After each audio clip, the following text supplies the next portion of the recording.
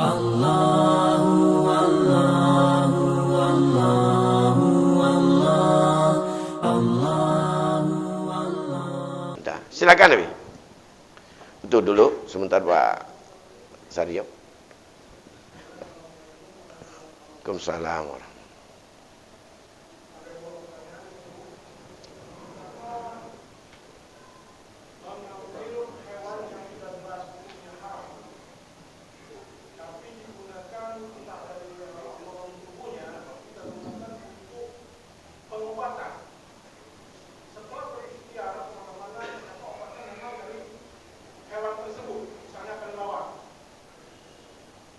Misalnya kelelawar, kebanyakan kalau kita lihat di Sumatera Utara bahkan di daerah kita ini juga, itu jantung kelelawar katanya dapat berfungsi sebagai obat untuk sesak napas. Seperti itu. Apakah hukumnya itu tentu? Apakah bisa menjadi halal atau dalam keadaan tertentu bisa jadi halal dalam keadaan tertentu tadi, atau memang tetap haram? Yang kedua, yang saya ingin tanyakan ini masalah kuliah itu tentang tingkat derajat ikhlas. Tingkat derajat ikhlas kadang-kadang ya termasuk saya dulu seperti tadi disampaikan oleh khotib Jumat, ketika kita akan melakukan sebuah ibadah kita harus niatkan dulu ikhlas. Ikhlas itu berarti kita bersih hati. Nah dulu zaman saya dulu, setiap orang mengajak sholat, saya selalu mengatakan saya belum ikhlas, hati saya masih kotor. Dan itu sekarang menjadi, saya bilang, alasan bagi mereka yang mungkin malas untuk beribadah, selalu mengatakan belum bersih hati, belum bisa sangat ikhlas. Jadi saya tanyakan di sini, derajat paling rendah ikhlas itu yang bagaimana? Terima kasih buku. Assalamualaikum. Waalaikumsalam warahmatullahi. Yang pertama, berobat dengan, nanti kita lihat pada pembahasan apa saja dia termasuk binatang nanti, masuk hewan nanti mana yang halal dengan sebab apa halal. Tapi yang jelas hari ini ada binatang yang tidak disukai oleh orang Arab, maka hukumnya itu sebagai hukum dasarnya haram. Itu. Ada yang haramnya karena jijik nanti, termasuk ulat, kecuali ulat yang jadi dalam buah kayu atau dalam yang tidak susah dipisah. Pajuh bawang pelam, dalam bawang pelamnya na ulat, atajit bawang pelam. Nyan baik ni pajuh ulat, pajuh bawang pelam, ulat pajuh na pupu. Itu dihalalkan kan. Tapi kalau khusus seperti tadi ambil jantung kelelawar. Ada juga kadang-kadang mau ambil monyet. Ya dari monyet dia ambil kadang-kadang, atau tupai. Itu kalau tupai udah jelas dia bertaring, dia makan dengan taring. Kelelawar juga demikian, dia itu adalah tidak disukai, maka hukum dasarnya itu dia itu tidak boleh, artinya tidak halal. Sekarang kita untuk berobat dengan jantung daripada kelelawar, obat apapun. Dalam ilmu perubatan tentang menyangkut fikih atau hukum Islam, selama masih ada obat yang halal, tidak pernah dan tidak dihalalkan berobat dengan yang haram. Selama masih ada obat yang halal, berobat. Tukar dulu obat yang halal. Walaupun dibilang efektif sekali, belum izin dan belum dalam kategori darurat untuk menyelamatkan jiwa dengan yang haram.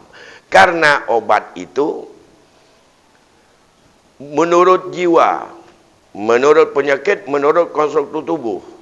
Ada yang efektif kepada si A, belum tentu efektif itu kepada si B. Bisa menyembuhkan si C, belum tentu si D itu bisa sembuh dengan obat tersebut.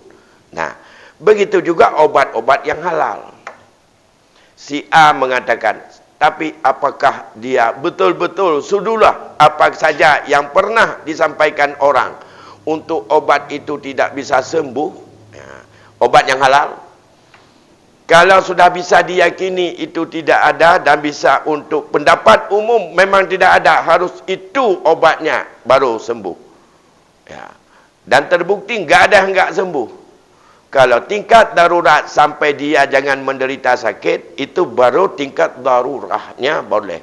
Karena menggunakan yang haram, kalau betul belum sampai kepada tingkat menyelamatkan jiwa, itu belum disebut dengan darurah.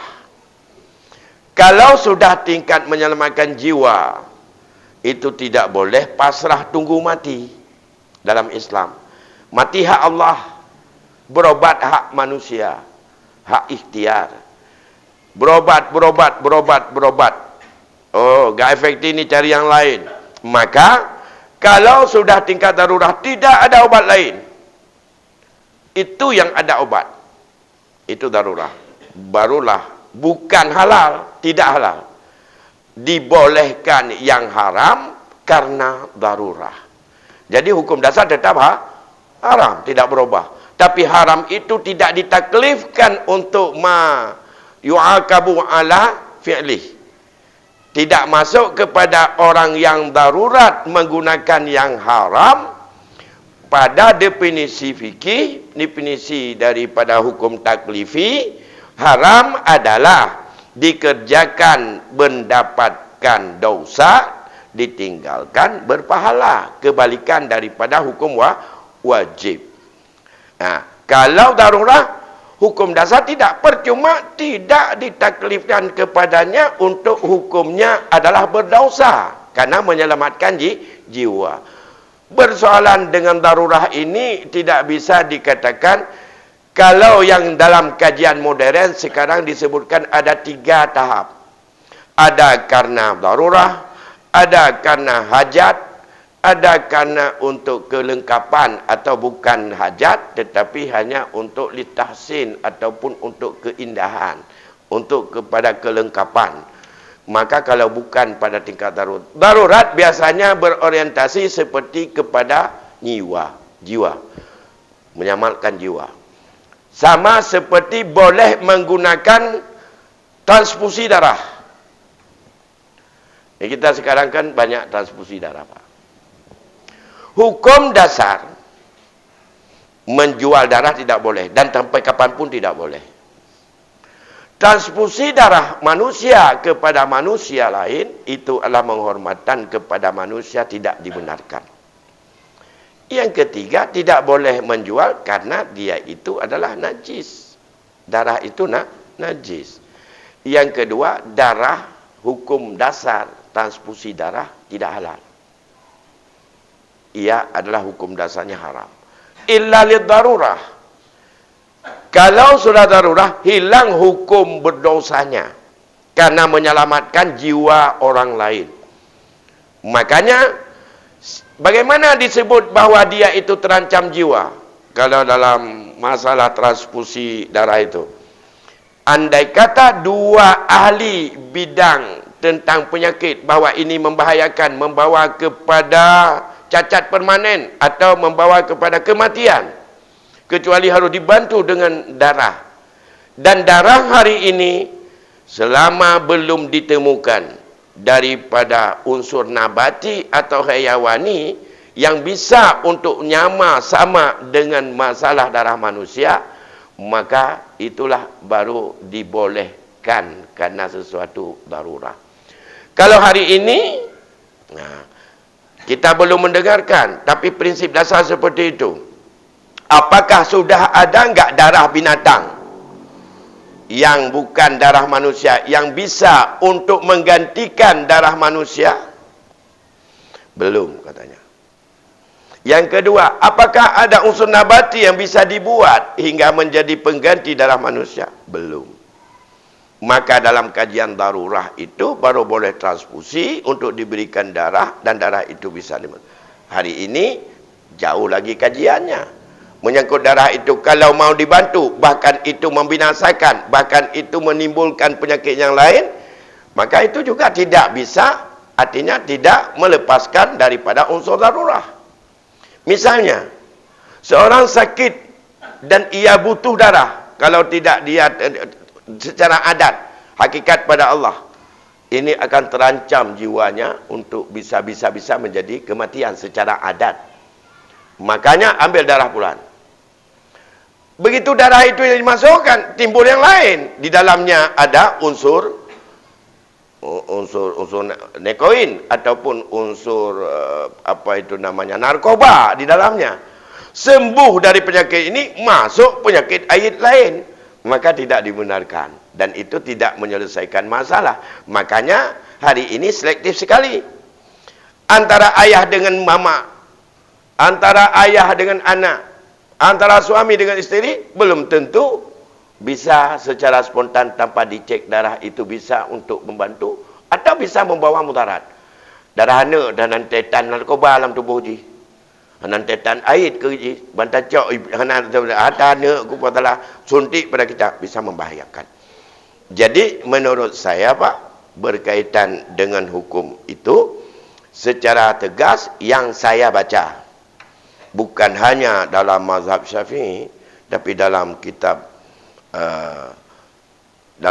Mazahibul Arba'ah karangan Syekh Al-Jaziri, Abdurrahman Al-Jaziri, maka hukum dasar seperti itu dalam empat mazhab. Kalau kita lihat dikupaskan, kecuali lihat darurat, tidak boleh berobat dengan yang haram kalau kecuali dengan darurat, selama untuk berobat itu masih ada yang halal. Walaupun katanya itu efektif. Apakah sudah sampai kepada tingkat darurat atau enggak? Nah, kalau sudah sampai itu, maka tidak salah orang menawarkan itu. Tapi siapa yang pantas pakai? Tidak semua kita pantas untuk beralih kepada tos tiap mita jantung buah. Bukan buah jantung buah, maksudnya jantung buah asli. Timongki. Tak besar. Ada menanya ada monyet, ada tupai. Cok baiku tupai lepai dalam pelingkut ji cok kena ubat apa. Ada macam-macam. Begitu juga dengan itu ada dari Kalilawar.